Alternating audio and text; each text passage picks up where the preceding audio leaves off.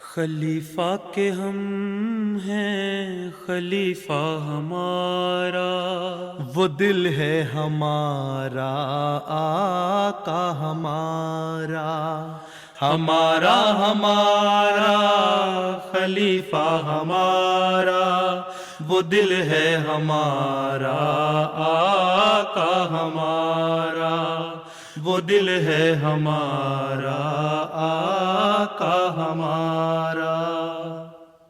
Assalamu alaikum and welcome to This Week with Huzur. We are honored to present highlights from this week's engagements of Hadrat Khalifatul Masih Ayyadullah Ta'ala bin Nasrihil Aziz, including a mulaqat with Khuddam from the USA, the concluding address of Jalsa Salana Qadian, and an audience granted to Janet Davies, the High Sheriff of South Glamorgan County in South Wales. We begin with Monday's mulaqat, where Hadrat Khalifatul Masih Ayyadullah Ta'ala bin Nasrihil Aziz graciously met with Khuddam from the USA. Last Monday, Khuddam from Virginia in the United States were blessed to have a mulaqat with Hazrat Amirul Mu'mineen Ayyadullah Ta'ala bin Nasrihil Aziz.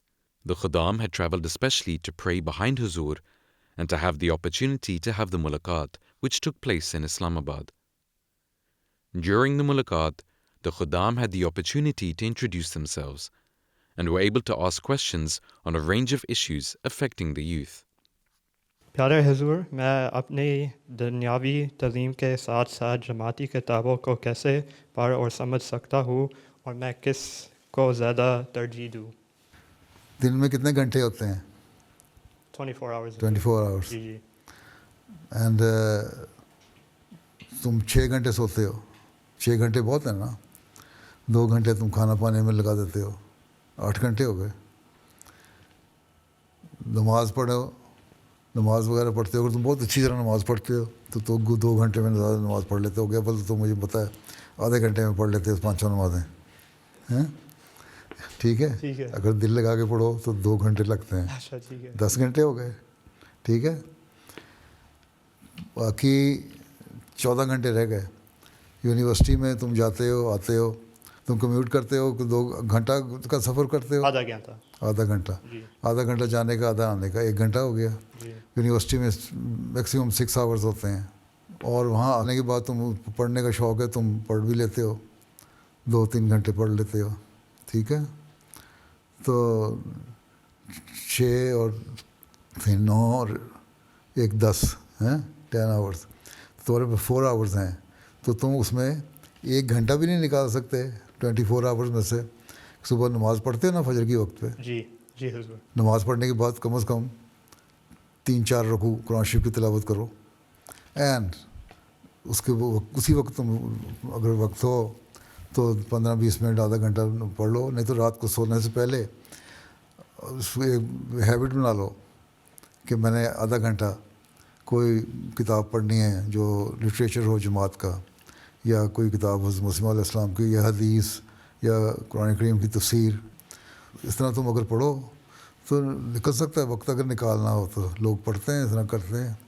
اور اگر تم کہو میں تھک گیا، پڑھائی کر کے تھک گیا، تو اس کا مطلب تمہاری پہلی پریفرنس جو ہے وہ دنیا ہو گئی، دین سیکنڈ پریفرنس چلی گئی. میں پہلے بھی کئی خطبے دے چکا ہوں. کل بھی میں نے یہی کل تقریر سنی تھی نا میں نے. جی حضور.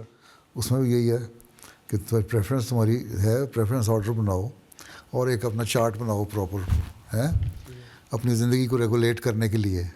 ٹھیک ہے. جب زندگی ریگولیٹ کرنے کا طریقہ ایک ہی ہے کہ اپنے پاس پلان ہو. ٹھیک ہے. پورا پلانر بنا ہو اگر آپ انسان کا ہے تو وقت نکل سکتا ہے. آدھا پونا گھنٹہ بھی نکالو اگر. چلو اس عمر میں وہی کافی ہے تمہارے لیے. اور ایسا ایسا پھر شوق پیدا ہوگا، بڑھتا جائے گا. اور ویکینڈ پہ جہاں تم خدا الحمدیہ کا یا جماعت کا کوئی کام کر رہے ہو اگر، تو وہاں 2 گھنٹے بھی دے سکتے ہو اسٹڈی کرنے میں، لٹریچر پڑھنے میں. ایک انٹرسٹ ڈیولپ کرنے کی بات ہے نا. اگر تمہارا انٹرسٹ ڈیولپ ہو گیا لٹریچر میں یا دینی کتاب پڑھنے میں، دین کوئی مسئلہ نہیں ہے. اور اگر نہیں ہے تو پھر وہ بڑا سستا ہے، بہت سستا ہے، تو لگا رہے گا پھر انسان. یہی ہوگا نا. جی ٹھیک ہے نا. جزاک اللہ حضور. Beloved Hazur, I am the grandson of Maulana Ataullah Kaleem. Can beloved Hazur share any memories with him? And what guidance can beloved Hazur provide on how I can follow in his footsteps and become a devoted servant of Islam Ahmadiyyat? میں نے ان کے ساتھ کام تو نہیں کیا, although I spent some time in Ghana, but when I went there, he had left already. لیکن میں نے دیکھا ہے اور میں نے سنا ہے, بڑا ڈیووٹیڈ وقف زندگی تھے وہ پوری طرح جسے کہتے ہیں نا, انہوں نے کام کیا. جرمنی میں بھی رہے ہیں اس کے بعد شاید, اور ہر جگہ انہوں نے بڑی اچھی طرح کام کیا. دوسری بات یہ کہ وہ ایک ان کا یہ تھا جو میں نے سنا ہے کہ وہ روزانہ تہجد میں نماز پڑھتے تھے, دعا کرتے تھے جماعت کے لیے, لوگوں کے لیے, اپنے کام کے لیے. ایک فرم بلیف ہونا چاہیے, اور فرم بلیف ہے تمہارا اللہ تعالیٰ کے اوپر, تو اللہ تعالیٰ سے دعا مانگا کرو کہ اللہ تعالیٰ مجھے بھی نیک بنائے اور میں جماعت کے صحیح طرح کام کر سکوں. اور سنسیئر ہونا چاہیے, اور اللہ تعالیٰ پہ پوری طرح ٹرسٹ ہونا چاہیے. ٹھیک ہے, وہ ان میں تھا. دوسری یہ کہ جیسے بھی حالات تھے, بڑے اکنامک حالات اچھے نہیں تھے وہاں سے. اکنامکلی ان دنوں میں گھانا ڈیٹیریٹ کر رہا تھا آہستہ آہستہ, اس کی سچویشن بہت زیادہ خراب ہو رہی تھی.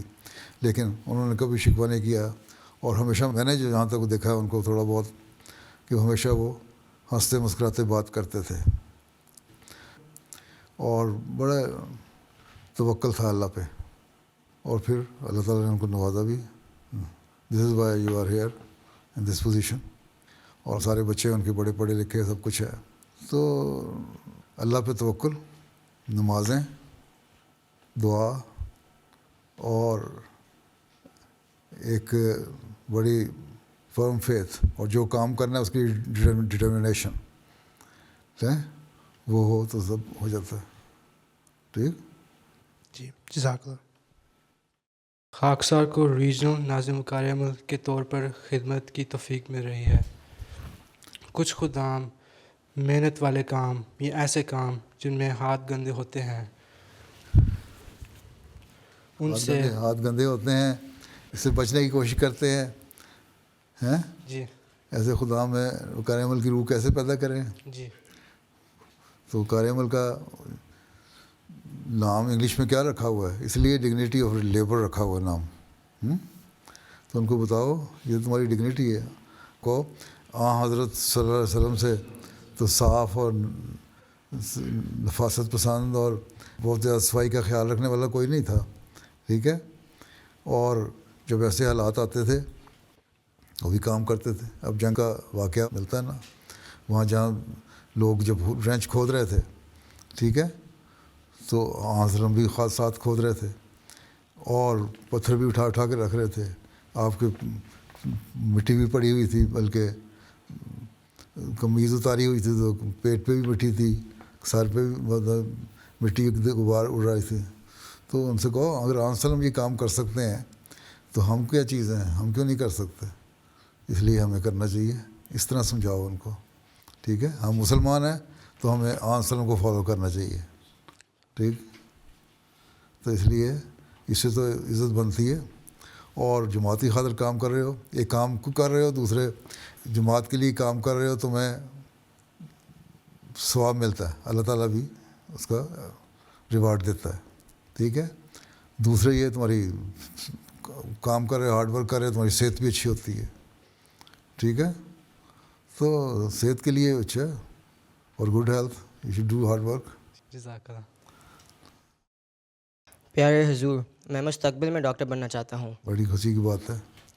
حضور کیا رہنمائی فرمائیں گے کہ تعلیم اور پروفیشنل کامیابی کے ساتھ دین اور اللہ تعالیٰ سے تعلق کس طرح مضبوط رکھا جائے تاکہ دنیا اور آخرت دونوں میں کامیابی حاصل ہو؟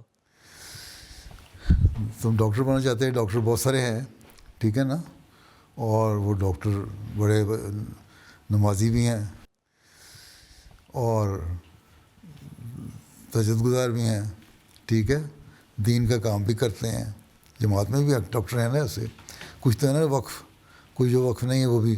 اب حضرت مسیم علیہ السلام کے زمانے میں ڈاکٹر سید عبدالستار شاہ صاحب ڈاکٹر تھے, ہاسپٹل میں کام کرتے تھے, اور جو حضرت خلیفۃ المسیح رابع کے نانا تھے, تو وقت دیتے تھے, دین کی تبلیغ بھی کیا کرتے تھے. بلکہ ان کا ایک واقعہ ہے, ایک دن وہاں مسجد میں اپنے علاقے میں تبلیغ کر رہے تھے, ایک آدمی کو اس نے وہ وہاں مسجدوں کے ساتھ نا غسل خانے ہوتے ہیں, وہاں لوٹا پڑا ہوا تھا, مٹی کا لوٹا تھا بھاری جیسا. اس نے غصے میں آ کے وہ پھینکا, ان کی طرف مارا, ان کا سر پھٹ گیا. اب وہ وہاں کے بڑے ڈاکٹر تھے علاقے کے, اور پولیس کو کہتے تو پولیس پکڑ لیتی. وہ خیر پھٹ گیا, وہ ہاتھ رکھ کے چلے گئے ہسپتال, جا کے ڈریسنگ وغیرہ کی, پٹی لگائی, اور واپس آئے تو وہ بندہ بیٹھا ہاتھ جوڑ رہا, معافی مانگ رہا تھا. انہوں نے کہا کوئی بات نہیں, تم نے اپنا کام کر لیا, اب میری تبلیغ سن لو. تو وہ اتنا متاثر ہوا کہ اتنے بڑے ڈاکٹر ہیں اور بڑے ریسورسفل آدمی ہیں, اور ابھی پولیس کو بلاتے تو مجھے پکڑ کے لے جاتے, اندر کروا دیتے, لیکن انہوں نے مجھے معاف کر دیا. اتنے اچھے اخلاق والے ہیں, تو یقیناً احمدیت اچھی اخلاق والی چیز ہے, اور وہاں اس نے بیعت کر لی. تو ان کے اسی عمل سے ہی, باتیں سن کے احمدی نہیں ہو رہا تھا, اخلاق دیکھ کے احمدی ہو گیا. تو تم اگر اپنے مریضوں کو ڈاکٹر بننے کے بعد اچھے اخلاق دکھاؤ, غریبوں کی خدمت کرو, ان کو اچھی طرح ٹریٹمنٹ کرو, تو تم اچھے ڈاکٹر بھی بن جاؤ گے, اچھے مبلغ بھی بن جاؤ گے, اچھے احمدی بھی بن جاؤ گے. خلیفہ رشید الدین صاحب حضرت مسیح علیہ السلام کے صحابی تھے, وہ بھی ایک, وہ سول سرجن تھے انگریزوں کے زمانے میں, اور اس زمانے میں جو تنخواہ ملتی تھی, ابھی تو کوئی ویلیو نہیں 400-500 روپے کی, اس زمانے میں 500 روپیہ بھی 5 لاکھ روپے کے برابر ہوتا ہوگا, زیادہ ہی, ٹھیک. اور مسیح علیہ السلام جب بھی کہتے تھے نا کوئی کتاب لٹریچر شائع کرنا ہے اور تبلیغ کا کوئی موقع پیش آیا ہے, تو چندے کی تلقین کرتے تھے. باقاعدہ سسٹم تو اصول نہیں شروع ہوا تھا, وہ بھیج دیا کرتے تھے.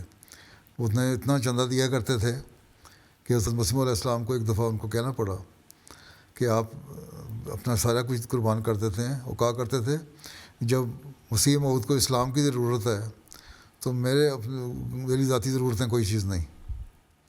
تو وہ اس طرح دیا کرتے تھے. انسان نے فرمایا کہ آپ بہت دیتے ہیں, کچھ ہاتھ کو کنٹرول رکھیں, اپنے لیے بھی رکھا کریں, اب بلکہ آپ کو نہ بھی دیں تو کوئی فرق نہیں پڑتا, آپ نے اتنا دیا ہے. تو اسی طرح خلیفہ الحکیم تھے, وہ حکمت سے جو کماتے تھے اسلام کی خاطر خرچ کرتے تھے, لیکن غریبوں کی خدمت کرتے تھے, غریبوں کو مفت علاج کرتے تھے, ہمدردی کرتے تھے ان سے. تو ان کو اگر غریب جو ہے وہ سیٹسفائی ہو جاتا ہے تمہاری ڈاکٹر کی باتیں سن کے, آدھی بیماری, اچھے ڈاکٹر اگر ہو نا, تو آدھی بیماری تو مریض کی ختم ہو جاتی ہے. سوچ جب تم اچھے ہنس کے ان سے بات کرتے, لیکن گھور گھور کے باتیں کرو, اس سے روپ ڈالو مریض پہ, تو مریض دوڑ جائے گا. وہ جو پہلا بیمار تھا نا, اس کی بیماری اور بڑھ جائے گی, ٹھیک ہے. اس لیے ڈاکٹر کو بڑا ہی ہمبل, بڑا پولائٹ اس طرح ہونا چاہیے, ٹھیک ہے. اور غریبوں کا خاص خیال رکھو, اور امیروں سے پیسے لینے جو لو فیس ہیں, ٹھیک ہے. جی ضرور. تو اس طرح تبلیغ بھی ہو جاتی ہے. ایک سائلنٹ تبلیغ ہے یہ, جو اپنے عمل سے تم کر رہے ہو, اسے اللہ تعالیٰ بھی راضی ہوتا ہے, ٹھیک ہے. جب تم غریبوں کی خدمت کر رہے ہو اور اس طرح کام کر رہے ہو, جماعت کی خدمت کر رہے ہو, اللہ تعالیٰ کو بھی خوش کر رہے ہو, اور لوگوں کو بھی خوش کر رہے ہو, اور پیسے بھی کما رہے ہو, ٹھیک. پیارے حضور, دنیا میں سیاسی ناانصافی کے خلاف ہم کیسے آواز اٹھا سکتے ہیں اور انسانی حقوق کی حمایت کیسے کر سکتے ہیں؟ جتنی ہماری پہنچ ہے اتنا تو ہم کر رہے ہیں. جی حضور. جہاں تک میری پہنچ ہے میں جا کے کر دیتا ہوں. جی حضور. جہاں تک آپ کی پہنچ ہے آپ کرتے رہیں. جی حضور. میں آپ کے امریکہ میں جو ان کو میں کیپٹل ہل میں مجھے تھوڑا سا موقع ملا تھا, وہاں بھی میں نے جا کے یہی کہا تھا. جی حضور. بعد میں ایک سینیٹر مجھے بعد میں آ کے کہنے لگا کہ تم نے جس طرح آرام سے باتیں کر دی ہیں نا, ایسی باتیں سنا دی ہیں ہمیں, باتیں تو بڑی اچھی بات کی ہیں, اور ضرورت بھی ہے ان کی آج کی, لیکن یہ باتیں ہم نے سن تو لی ہیں اور ہمیں اچھی بھی لگی ہیں, لیکن ہم اس پہ عمل نہیں کر سکتے. میں نے کہا یہی تو میں نے کہہ رہا ہوں, تو عمل کرو تھوڑا سا. اور کہتا ضرورت بھی ہے اس کی دنیا کو آج کل. تو ان کے پولیٹیکل ویسٹڈ انٹرسٹ ہوتے ہیں جن کی وجہ سے وہ اس پہ عمل نہیں کر سکتے. آج کل تو لابی کام کر رہی ہے, وہ آپ کو پیسے دیتی ہے, بے شمار پیسہ خرچ کر رہے ہیں, انویسٹ کر رہے ہیں. اب یہاں سے بہت سارے بڑے گروپ عیسائیوں کے چرچ کے پریسٹ کے اسرائیل بلائے ہیں انہوں نے, اسی طرح ڈاکٹر بلائے ہیں, پولیٹیشین بلائے ہیں, وہاں لے کے جاتے ہیں, پھر ان کو وہاں سارا کچھ دکھاتے ہیں, ان کو ہوٹلنگ وغیرہ کرتے ہیں, اور پورا عیاشی کرواتے ہیں اور اس کے بعد کہتے ہیں تم جا کے ہماری فیور میں بولنا ہے. تو اس طرح انصاف تو قائم نہیں ہو سکتا.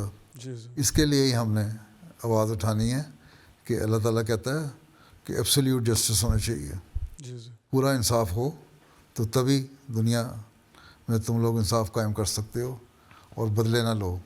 اور یہ نہیں ہے کہ ایسا ہو کہ ایک کے لیے کچھ اور ہے اور دوسرے کے لیے کچھ اور ہے. ٹھیک ہے, ایکویلٹی ہونی چاہیے ہر جگہ, اور وہ جب ہوگی تو تبھی ہم کہہ سکتے ہیں صحیح انصاف قائم ہوگا. یہی اللہ تعالیٰ چاہتا ہے اور یہی ہمیں کرنا چاہیے. اور جس حد تک آپ اپنے ماحول میں, اپنے انوائرمنٹ میں, اپنے جو اپنی کمپنی ہے آپ کی, جو لوگ ہیں آپ کے ارد گرد ہیں, سراؤنڈنگ ہے, اس میں جتنا آپ کر سکتے ہیں کریں اس بات کو. ٹھیک ہے, جزاک اللہ. کچھ اہل تشیع حضرات اہل بیت اور آل رسول کو خلافت پر ترجیح دیتے ہیں. اگر پیارے آقا اس بارے میں کچھ عطا کریں. خلافت کو ترجیح دیتے ہیں, وہ تو نبوت کو ترجیح دیتے ہیں. وہ تو بعض اہل تشیع تو یہ بھی ایسا گروپ بھی ہے جو کہتا ہے کہ جبرائیل کو غلطی لگی تھی, نبوت اتارنی تھی حضرت علی پہ, وہ اتار دی انہوں نے آن وسلم پہ, وہی نازل ہو گئی. ٹھیک ہے, وہ تو ایسے بھی ہیں نا. تو ہم کیا کہتے ہیں کہ انہوں نے غلط کیا, جبرائیل نہیں, اللہ تعالیٰ نے. جہاں تک اس کا سوال ہے, آل رسول کی بات نہیں ہے. وہ پہلے 3 خلفاء جو ہیں, حضرت ابوبکر, حضرت عمر, حضرت عثمان, ان کو کہتے ہیں یہ غلط خلفاء ہے. حضرت علی کو خلافت ملنی چاہیے تھی. سوال یہ اٹھتا ہے, تو آپ کو سوال یہ کرنا چاہیے تھا جو خلافت راشدہ ہے اس وقت سے یہ سوال اٹھ رہا ہے, اور وہ فتنہ پردازوں نے سوال اٹھایا تھا, اور اس کے بعد سے فتنہ بڑھتا ہی چلا گیا. تو کہتے ہیں جی قرآن شریف کہتا ہے کہ میرے اہل بیت جو ہیں, میرے قریبی رشتہ داروں کو آنسل نے فرمایا کہ فوقیت دو.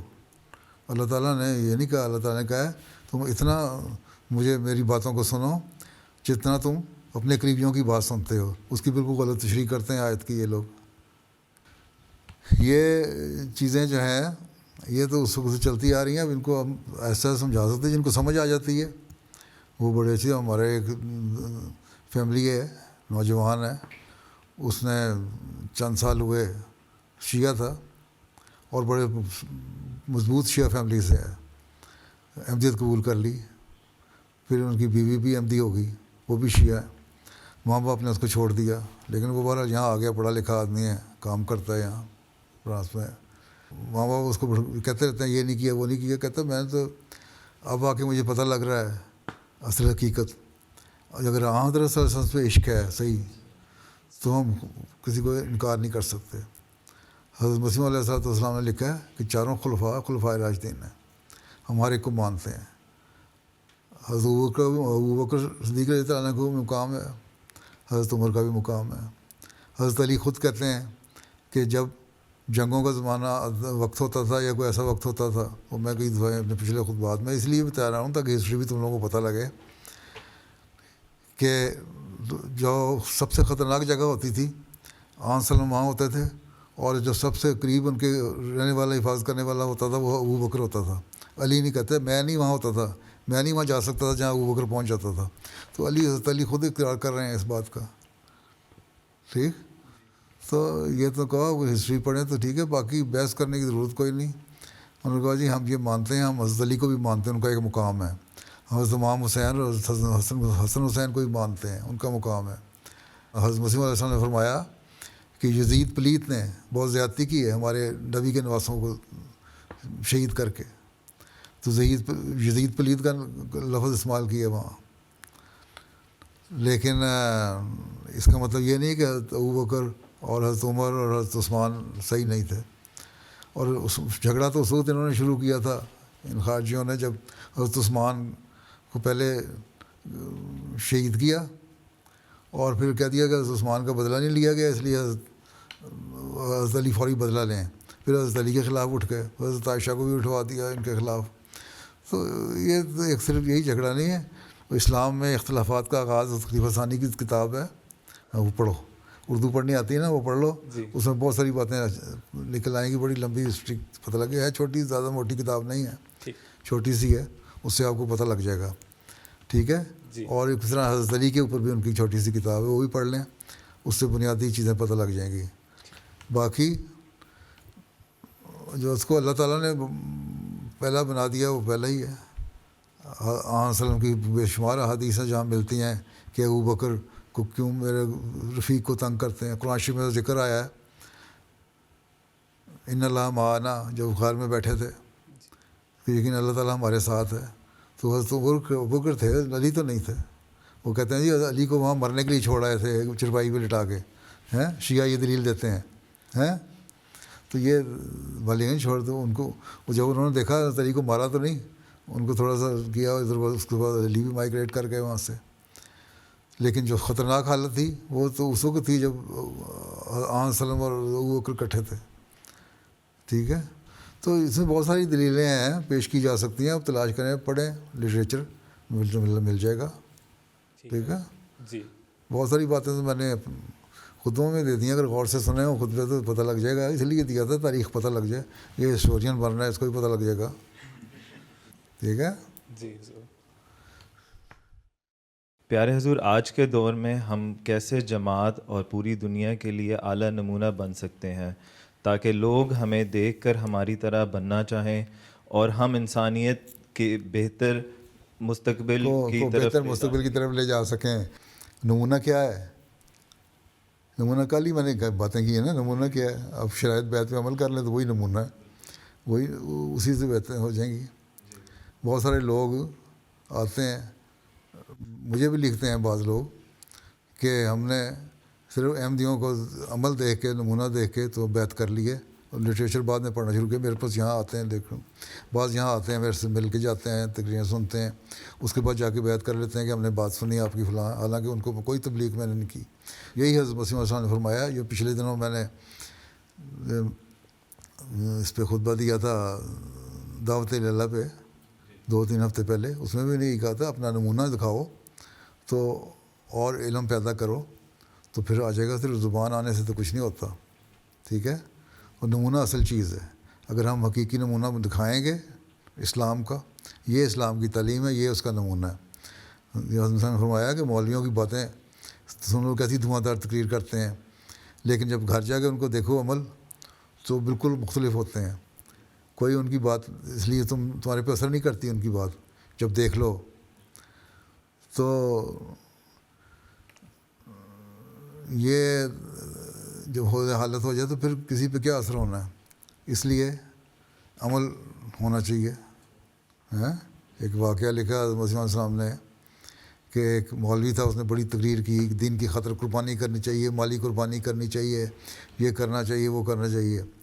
جو اس پہ متاثر ہو کے بیوی اس کی سن رہی تھی، ساتھ مسجد گھر تھا. اس نے متاثر ہو کے گھر گیا تو بیوی نے اپنے سونے کے کڑے اتار کے دیے کہ یہ بھی چندہ دو، دین کی خاطر قربانی کرو، مسجد بناؤ، یہ کیا کرنا جو بھی کام کرنا ہے. وہ کہتا ہے یہ تو میں نے تقریر کی تھی لوگوں کو جذبات ابھارنے کے لیے، تمہارے لیے نہیں تھی. سونا سنبھال کے رکھو، ہم نے دولت اکٹھی کرنی ہے. تو وہ ایسے مولویوں پھر کیا اثر ہو سکتا ہے؟ ہمیں تو ہر ایک ہم ایسے قربانی کرنے والا ہے. جس کی جتنی توفیق ہے ہم دیتے ہیں. میں بھی دیتا ہوں، آپ بھی دیتے ہیں، دوسرے بھی دیتے ہیں. تو ہر ایک کو جب یہ عملی نمونے دکھائیں گے تو اس کا اثر بھی ہوتا ہے. ٹھیک. چلو پھر اللہ حافظ ہو. As the mulaqat concluded, the Khuddam all had the opportunity to have a picture with Huzur. One day before, Huzur delivered the concluding address of the 130th Jalsa Salana Qadian. Huzur presided over the concluding session from the Masroor Hall in Islamabad, while more than 13,000 participants gathered at the Jalsa site in Qadian, India. During his address, His Holiness spoke about the true purpose of the Jalsa Salana, the responsibilities attached to the Bai'at, and the urgent need for true righteousness. لوگ پوچھتے ہیں کہ اللہ تعالیٰ کے قریب کس طرح ہوا جاتا ہے؟ تو اللہ تعالیٰ کے قریب اسی طرح ہوا جاتا ہے جس طرح آپ نے فرمایا. اور ہم سے یہ عہد لیا ہے کہ مجھ سے بیعت کرنے والا یہ عہد کرے کہ وہ اللہ تعالیٰ کے احسانوں کو یاد کرے گا اور اس کی حمد کرے گا. جب تم اس کی حمد کرو گے اور اس کے احسانوں کو یاد کرو گے تو اللہ تعالیٰ کا قرب خود بخود حاصل ہوتا چلا جائے گا. بس یہ وہ بنیادی چیز ہے جو ہمیں یاد رکھنی چاہیے.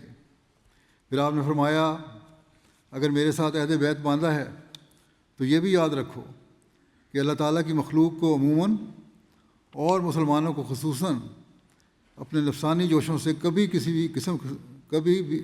بھی قسم کی ناجائز تکلیف نہیں دینی، نہ زبان سے، نہ ہاتھ سے، اور نہ کسی اور طرف سے۔ پھر آپ نے یہ بھی فرمایا کہ اگر تم میرے ساتھ منسلک ہو اور میرے سے عہد بیعت باندھا ہے تو یاد رکھو کہ ہر حال میں، چاہے وہ رنج کی حالت ہے یا خوشی کی حالت ہے، تنگی ہے یا آسانی کی حالت ہے، نعمتیں مل رہی ہیں یا کوئی ابتلاء اور بلائیں آ رہی ہیں، ہر صورت میں خدا تعالیٰ کے ساتھ ہمیشہ وفاداری کرنی ہے اور ہر حالت میں راضی بقضا رہنا ہے۔ اسی بات پر ہم بیعت کرتے ہیں اور اللہ تعالیٰ کے فضل سے ہزاروں لاکھوں لوگ جو ہیں جماعت میں شامل ہوتے ہیں۔ جو پیدائشی احمدی ہیں ان کے بڑوں نے بیعت کی تھی، اور اسی عہد بیعت کو ہم ہر سال دہراتے بھی ہیں کہ ہم یہ سب کچھ کریں گے جو شرائط بیعت میں لکھا ہے، لیکن ہمارے سامنے شرائط بیعت نہیں ہوتی، باوجود اس کے کہ اس بارے میں یہ کتاب بھی اب ہمارے سامنے ہے۔ اس لیے ہر احمدی کو ان شرائط کو بھی وقتاً فوقتاً اپنے سامنے رکھنا چاہیے، اور ہر ایک، اگر بہت سارے لوگ ہیں مجھے لکھتے ہیں انہوں نے یہ شرائط بیعت اپنے گھروں میں لٹکائی ہوئی ہیں، جو مخلصین ہیں ویسے بھی ہیں،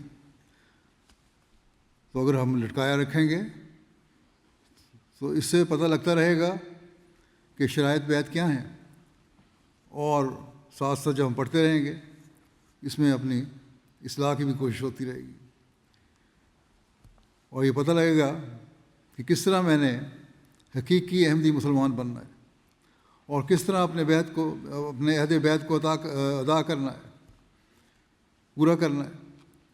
ہمیں ہر دکھ اللہ تعالیٰ کی راہ میں اٹھانے کے لیے تیار ہونا چاہیے، اور کسی بھی مشکل یا مصیبت کے پیدا ہونے کی صورت میں اللہ تعالیٰ سے منہ نہیں پھیرنا۔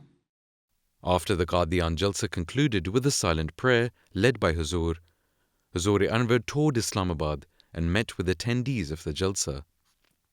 جو خلافت کے دامن کو تھامے رہے، رحمتوں کی کبائیں بھی پا جائیں گے، اس کی رسی کو مضبوط پکڑیں گے جو، نصرتوں کی ردائیں بھی پا جائیں گے، نصرتوں کی ردائیں بھی پا جائیں گے، ہے اسی کا یہ فضل و کرم دوستو، آگے بڑھتے رہو دم بدم دوستو۔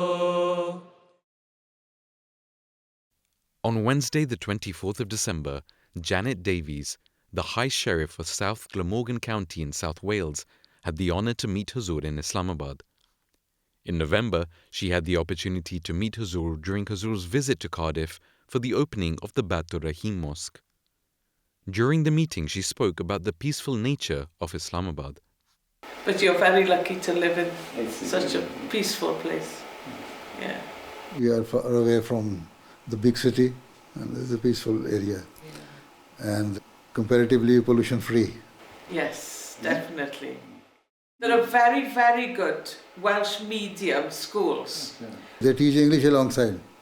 English alongside, yes. So a lot of Muslim children in Cardiff go to Welsh medium schools. So they speak Welsh and English and then their family To language. preserve their culture. Yes, it's important. Yes. This is why I always ask my people that should also know their language, Yes. to know about their culture, Yeah. and to preserve their culture, because there are some people who were born here, they Yeah. don't know about No. our language. So the book I bought you, bought you a book on images, photographs and so on of Wales with writing, but in English and in Welsh. So when I see you next, Well, in Welsh, I just saw one word there yesterday. The spelling are different, but it's spoken in different way. Y is spoken A, and U is I. Something Yeah, like that. Y, the letter Y can be or E. Yes, and U is And E. U is either E or U. Yes, yes, very difficult. Yeah, it's a beautiful language and much older than English. And it comes from India. It originated from India and it went through Europe. So the origin is Indo-European. So, yeah, 600 years older than English. So, Achha, Welsh is 600 years older than English? Yes. Achha. Yeah. Thank you very much for coming. Thank you. Thank you. That's for you. Thank you. As the meeting concluded, Huzur gifted her a copy of the Holy Quran. Thank you. I think this memory will last for a lifetime. When we met in Cardiff, obviously there were hundreds of people, but I was very close to him, sitting down at dinner there, and I met him in a small room with some other people, but obviously today on such a personal meeting, I'm very, very honoured and lucky. Those were highlights from just some beloved Huzur's activities over the past week. We now end with our final segment, the Friday Sermon Summary.